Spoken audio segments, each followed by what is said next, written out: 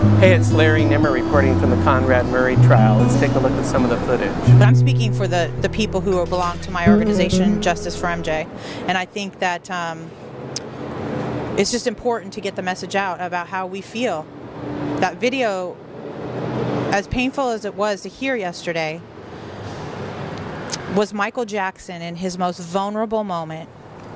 He didn't know the world was going to listen to this. He didn't even know he was being taped.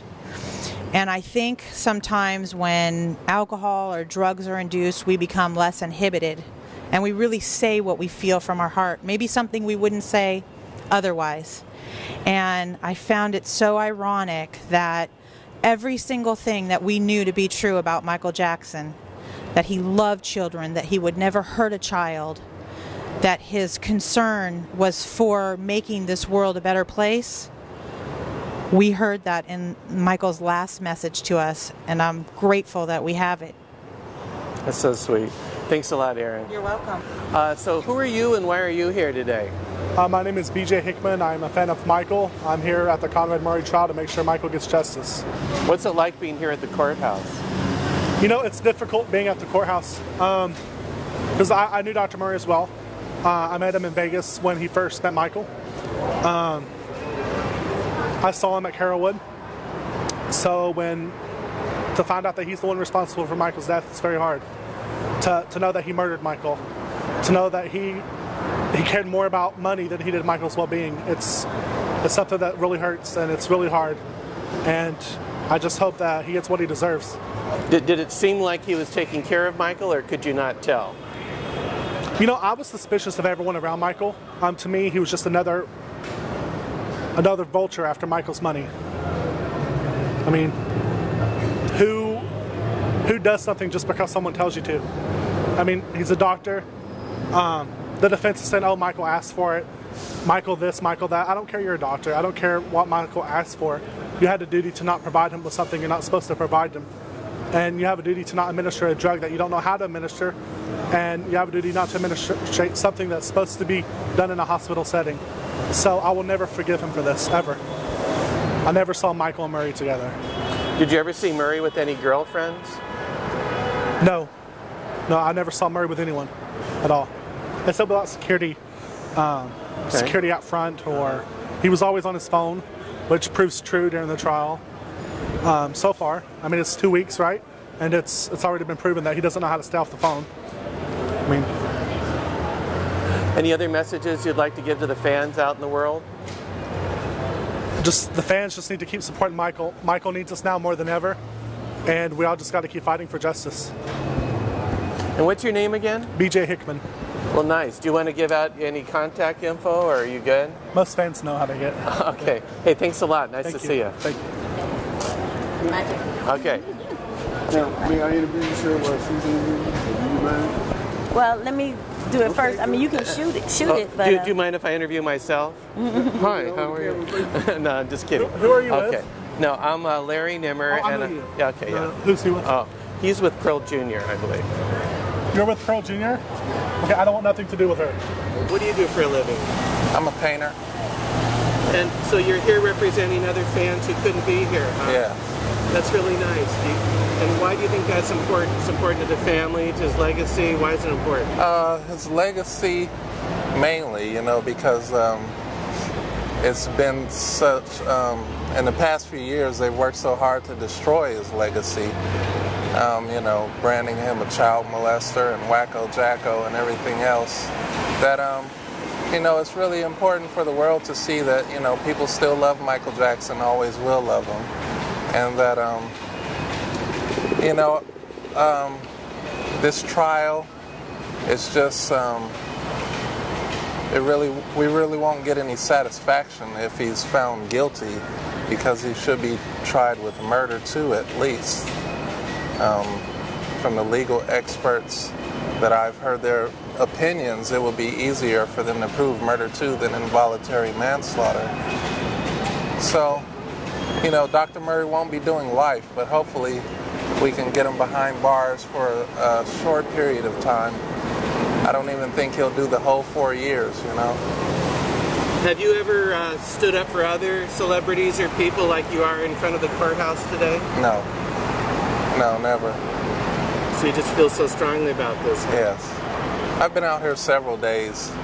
I usually come out here every day, watch it on court, on TV, you know, for a little while, and then come on out here and show my face. It's really nice. I bet it's somehow. How do you think it affects the world? You being here. I don't know about the world, but the people who actually care about Michael Jackson, you know, I think it's important for them to see that, you know, people still care about Michael and still love him. And so how would people know that? From like videos like mine or the other media or people driving by? Yes, documentarians are very important, you know, because these people behind us, they're not going to tell the truth. If you listen to the tape that they played in court yesterday, they're trying to make it as if he was in some kind of drug-induced state of mind at the time, but it could have been that he was just real sleepy at the time, you know. And even then, he was talking about helping the children, building a children's hospital, and his proceeds from the tour, he said he was going to, you know, use that to build the hospital for them. As he said in that that call, you know, the way the world is, parents are forced to do that, you know. You can't work and watch your child at the same time, you know. It's the system that we live in has produced this this mess that we live in. You know, any thoughts about how he kept them hidden, but now that he's gone, the grandma, Kate, lets them out in public a little bit? Do you think that's okay? Yeah, I mean, you want them to grow up with some sort of normalcy, whatever that is. And if you kept them hidden, that wouldn't feel normal, huh? No. I mean, but when they were with him, of course, you have to do that, because he couldn't walk down the street without being mobbed, you know? But so, in a way, it's kind of working out for them, having a little freedom now that their dad's gone to develop themselves, right? Yeah, unfortunately. You know, it's good that you know, they can walk around and be themselves and be photographed and followed and whatever else. Okay. Any other thoughts you'd like to see? I'm doing a daily video blog on Facebook and MJJ community. Anything else you'd like to say? I'd like to say that Dr. Murray is just a patsy, you know. Michael didn't even have a contract with Dr. Murray. It was Randy Phillips whose signature was on the contract with Dr. Murray, not Michael's. He never signed that contract. So therefore, he was an employee of AEG, and they're responsible for Dr. Murray's actions. There should be another list of defendants, among them Philip Anschultz, Randy Phillips, Frank DeLio, John Branca, John McClain, last kid, Gavin Arvizo. Gavin Arvizo. You know, their family was all about money, even after Michael's taking care of them the whole time, you know, and treating them like royalty. So, you know, greed kills. And as we've seen in this case, it killed Michael Jackson. Well put. Thanks for your good thoughts. Very nice to see you today. Oh, yeah. Thank you, sir. Thanks a lot. I'll shake your hand. All righty. I always like getting that on camera. And why do you think Michael's so special? What justice hasn't he gotten? You know, I actually knew Michael. I met him at the trial in 2005. After meeting him, I became friends with him and his family. And Michael's incredible. His life was taken too soon. What were the circumstances of how you met him? You know, I tell everyone this story, like, I hate to use the word, but I like stalked Michael. Like, I don't want to say stalked, but it's basically what it was. I mean, I followed him everywhere, to Neverland, to court. And then one day I was out Neverland by myself. Security came down, and they're like, "Oh, you're not supposed to be here. You need to come with us." They opened up the car door, and there he was. There was Michael, and he. I just remember jumping in the car, hugging him, and. And did you go in Neverland then, or? Yeah, I went to Neverland. Yeah. So he brought you inside? Yeah, he brought me inside. What was he like? You know, Michael was everything that I thought he would be. He was a big kid. He was. He's simply Michael Jackson. Like, that's all you can say. Was he shy around you or comfortable? No, he wasn't shy at all. He was really comfortable. if he ever called, he would be shy, but in person he was never shy. He was always very energetic and outgoing, and just amazing. And so when he brought you into Neverland, did you go into the main house? I've been into his main house multiple times. It's kind of funny because I've never actually seen the arcade or the zoo or the stuff most people have seen. I've seen more private areas of the ranch. Like what areas? Like his room. I've seen his kids' rooms. I've seen obviously the kitchen and. Well, how did you get into his kids' rooms? He showed me. He said you want to see him, or did you ask to see him? I don't really remember how it happened. I think he was just giving me a tour, and he said, "Oh, this is Prince's room, or this is Paris's room." I don't remember the specific details because that was the first day I was in Neverland, so it kind of is a blur because I was so excited. I bet. And was it just you on the tour, or other fans too? The very first time it was just me. Wow. I've been on a tour of Neverland with other fans twice, and I've been to Neverland multiple times by myself as well. So do you think Michael liked his fans? Michael loved his fans more than anything else in the world. Why do you think? He showed it. He would stop the car, he would give autographs, he would roll down the window, take the presents. Michael said it. He said he has the best fans in the world, and he loves his fans more than anything else in the world, besides his kids, obviously. And he meant it. Like every time we said, "We love you, Michael," he would always say, "I love you more," and he really meant that. What do you think his legacy will be? As the king of pop. He's the biggest selling artist of all time. He's the greatest humanitarian. And I hope the world just keeps the focus on that. And I hope that they focus on that because that's what he was. That's what he loved. He loved to entertain. I met Michael at the car. He was meeting a bunch of fans. He called me over, told me to get in the car. And I had a button on my shirt that he wanted. So I gave it to him. And then the next day he gives me this hat. He said, "Oh, you provided me with a button, so this is for you." So we basically traded. Ask him what button it was. What button was it? It was a button of Michael with a photograph of him during that time and a photograph of him when he was in the Jackson 5. And it said, "Innocent then, innocent now." And he really loved it. The media did him wrong. And the media is part to blame for where Michael is now. Because Michael wouldn't have problems sleeping if it wasn't for the people who drove him they drove him to his grave. That's very true. What do you think motivated them? Do you think it was money or what? Michael said it himself, they build you up to watch you fall. Bad news sells, good news doesn't. It's as simple as that. I mean, what's a bigger story than writing Michael Jackson's obituary?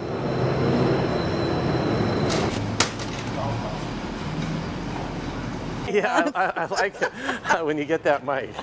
That's funny. It's really hard to be serious holding this big old...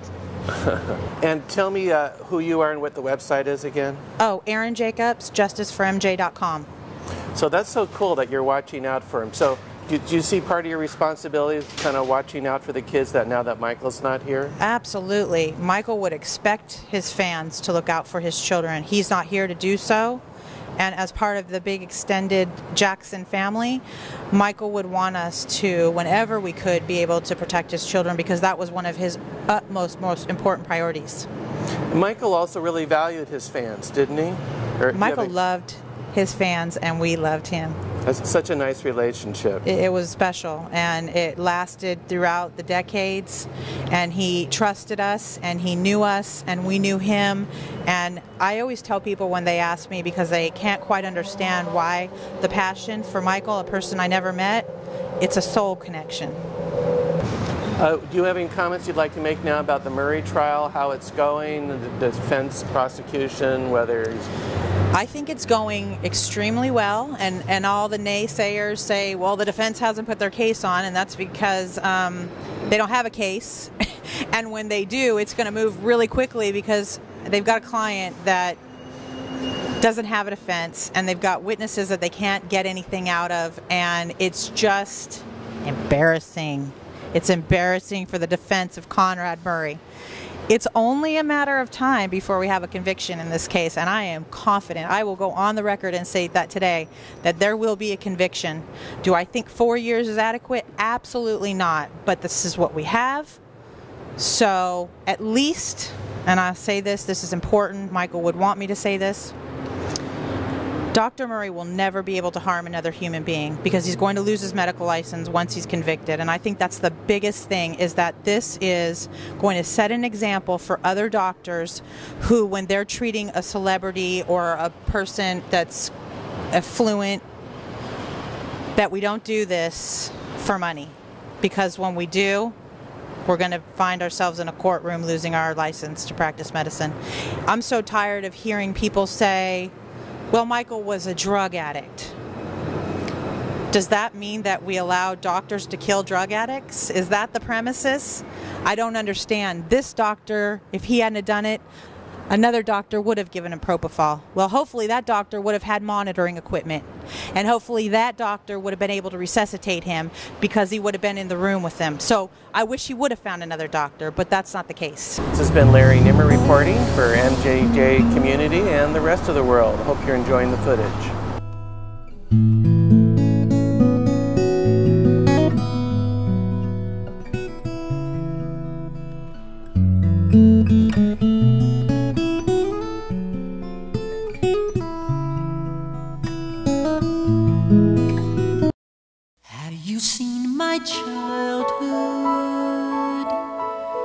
My name is Larry Nimmer. I'm the guy on the left having lunch in Michael Jackson's kitchen. I was part of the Jackson defense team in my capacity as a documentary filmmaker and legal video specialist. I spent many days videotaping inside Michael Jackson's Neverland estate, and I spent 2 days on the witness stand, presenting and narrating my original video footage for the jury, footage that will be seen outside the courtroom for the first time in this documentary. For the first time, you'll see the sheriffs meeting the accuser. What he has done to you, okay? He's the bad person, not you. And you'll hear Jackson's accuser telling a story of molestation. He grabbed me. He grabbed you? Where did he grab you at? Private area. He grabbed you in your private area? Sheriff's Department. You'll see an army of sheriffs raiding Jackson's personal living quarters at Neverland Ranch. You'll meet the mother of the accuser. Where were they when I had to walk about 3 hours to get to the doctors for my children, and now all of a sudden they're caring and concerned because Michael Jackson. You'll view outtakes from the Martin Bashir documentary. I would never do it. I would slit my wrist before I would hurt. You'll see an exclusive interview with Jackson attorney Tom Mesereau. This was not the kind of situation that Michael Jackson belongs in. He's extremely sensitive, very gentle, very childlike. And you'll meet jury foreman Paul Rodriguez. We felt that Michael was still a kid in a man's body. Michael's defense team hired me to create a Neverland tour video to counter the unsavory impression created by footage shot by the Santa Barbara County Sheriffs, who deployed over 70 officers for a surprise raid of Neverland Ranch.